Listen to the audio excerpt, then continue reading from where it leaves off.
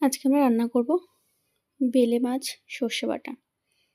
মাছটাকে লবণ হলুদ দিয়ে মাখিয়ে নিয়ে কড়াইতে তেল গরম করে মাছগুলো ভেজে নিয়েছি কড়া করে।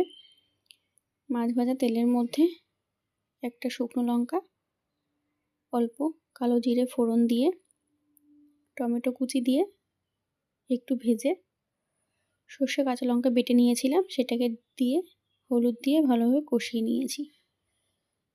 তারপর জল দিয়ে ফুটে উঠলে লবণ দিয়েছি, লবণ দিয়ে একটু ফুটিয়ে ভাজা মাছগুলো দিয়ে দিয়েছি।